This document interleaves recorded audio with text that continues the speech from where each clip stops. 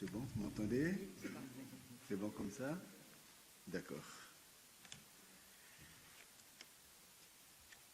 Je me dois de vous remercier d'être venu ici pour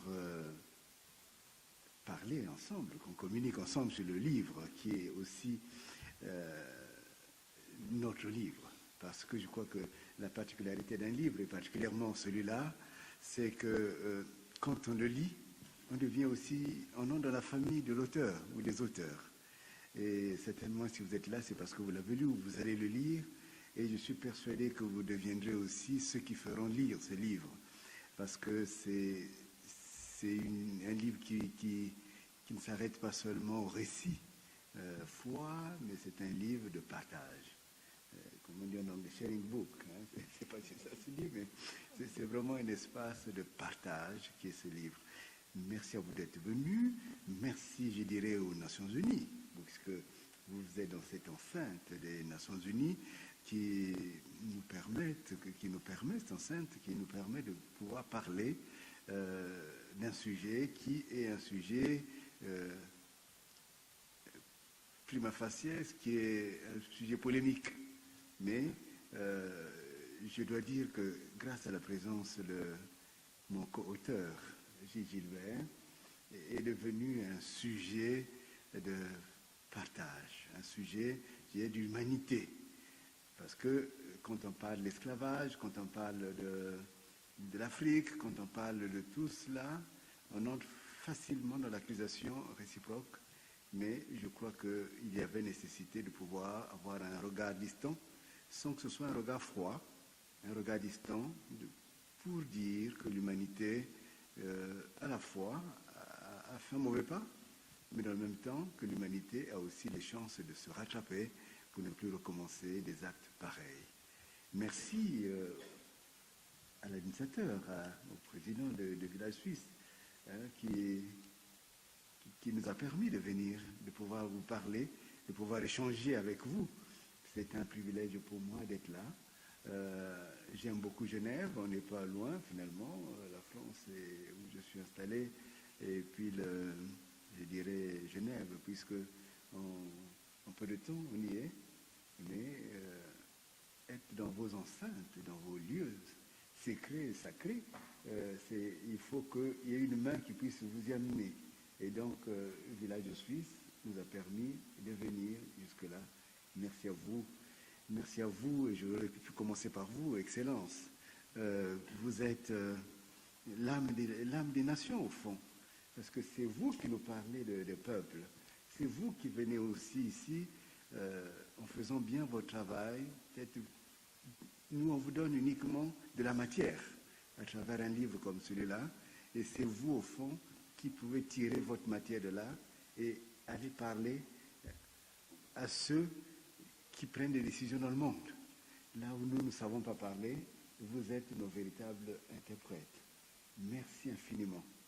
Je voudrais aussi en profiter pour remercier mon ami Dominique qui est là, qui est un soutien, un très grand soutien, et souvent, je crois que ceux qui ont dit que derrière un grand homme, il y a une grande femme, je dirais plus prosaïquement, plus bibliquement, que pour qu'un homme soit grand et tienne, il n'est pas bon qu'il soit seul. Et Dominique met un soutien important, et merci à elle qui a quitté son travail pour être avec vous aujourd'hui et être un soutien. Merci à chacun de vous, madame, merci pour tout ce que vous nous permettez de faire connaître les uns les autres. Je voulais aussi, avant de commencer mon propos, remercier donc Gilles Gilbert et son épouse qui nous ont beaucoup accueillis. On a été très, très bien accueillis. Et vous savez, au-delà de Genève, nous parlerons de vous, nous en France, mais au-delà de la France, puisque cette conférence va être retranscrite pour qu'elle devienne la deuxième partie du livre. Au fond, vous êtes en train d'écrire la deuxième partie du livre, de telle façon que tout ce que vous faites, tout ce que vous dites, évidemment, sera trié, mais une fois qu'on a trié, vous aurez écrit la deuxième partie du livre. On m'a demandé de vous parler de ce livre, et plutôt, et plus particulièrement, de la négritude en tant qu'une politique. Et en soulevant ce sujet, je m'attends ou j'entends beaucoup de réprobations, puisque d'abord c'est vieux, la négritude, on en a parlé du temps de Senghor, et puis la négritude a perdu et est passée de mode. Et j'avais dit quand Gilles Gilbert est venu me voir à mon cabinet, quand on avait mis en place ce projet, j'ai dit, mais on va faire quelque chose, on va faire un défi. C'est prendre un vieux sujet et en faire un sujet moderne. Et je ne sais pas si on a réussi, mais c'est vous qui nous direz si nous avons réussi. Mais peut-être pour parler un peu de la négritude comme une politique, je voudrais l'axer sur deux points. Le premier point, pour que vous y compreniez quelque chose, que vous me compreniez aussi, j'ai envie de vous parler humblement de mon itinéraire. Non pas l'itinéraire en tant qu'intellectuel, mais l'itinéraire par rapport à cette question de la négritude. Et puis le deuxième point, ce sera pour vous dire au fond en quoi la négritude peut et doit être une politique, sans qu'elle devienne une sorte de communautarisme ou bien une exclusion des autres. Alors l'itinéraire, j'avais eu l'occasion, quand je faisais mes études de théologie, j'en ai fait d'autres à côté, j'ai fait du droit et de la socio, je contribuais avec à un journal qui s'appelait à l'époque Christianisme au XXe siècle. C'est un journal protestant, je ne sais pas s'il existe toujours. Et son directeur, qui s'appelait M. Boulet, m'avait dit une fois, mais Dominique, Senghor vient d'être élu à l'Académie française, est-ce que tu accepterais qu'on puisse l'interviewer?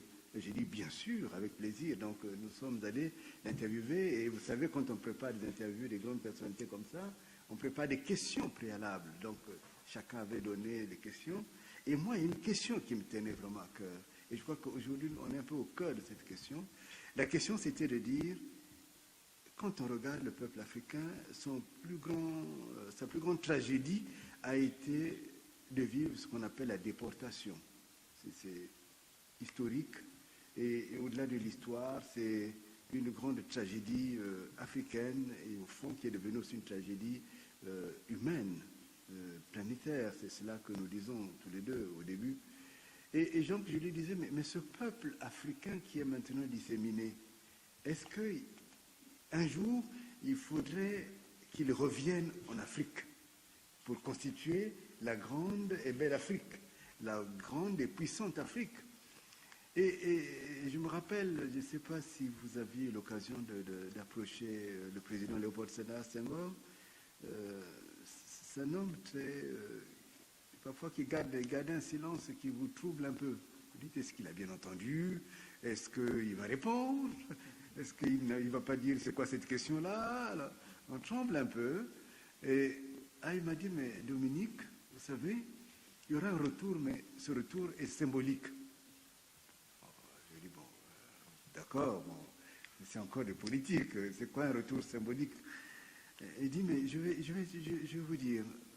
À l'époque, c'est Jackson qui se battait pour la présidence américaine. Il dit, mais imaginez bien des personnes qui commencent maintenant à accéder aux postes dans le pays où ils sont en exil. Comment pouvez-vous imaginer qu'ils quittent ce pays pour pouvoir revenir physiquement en Afrique? Donc, naturellement, ce retour ne peut être que symbolique. C'est tellement la question de se reposer aujourd'hui. S'il était encore aujourd'hui vivant, avec ses facultés, il aurait parlé d'Obama. On ne va pas dire au président des États-Unis de quitter son poste pour revenir en Afrique. Donc, évidemment, dit comme ça, sa réponse se comprenait. Il y avait un retour symbolique. Et je ne sais